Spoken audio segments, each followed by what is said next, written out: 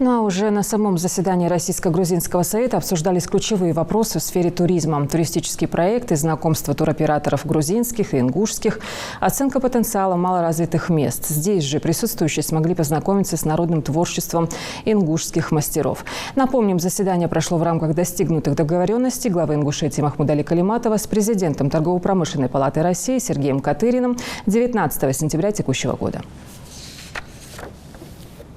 Нет сейчас никаких препятствий для въезда в Российскую Федерацию граждан Грузии. Отменена вот эта визовая препона, за которую мы тоже с вами боролись, и ее в конце концов не стало.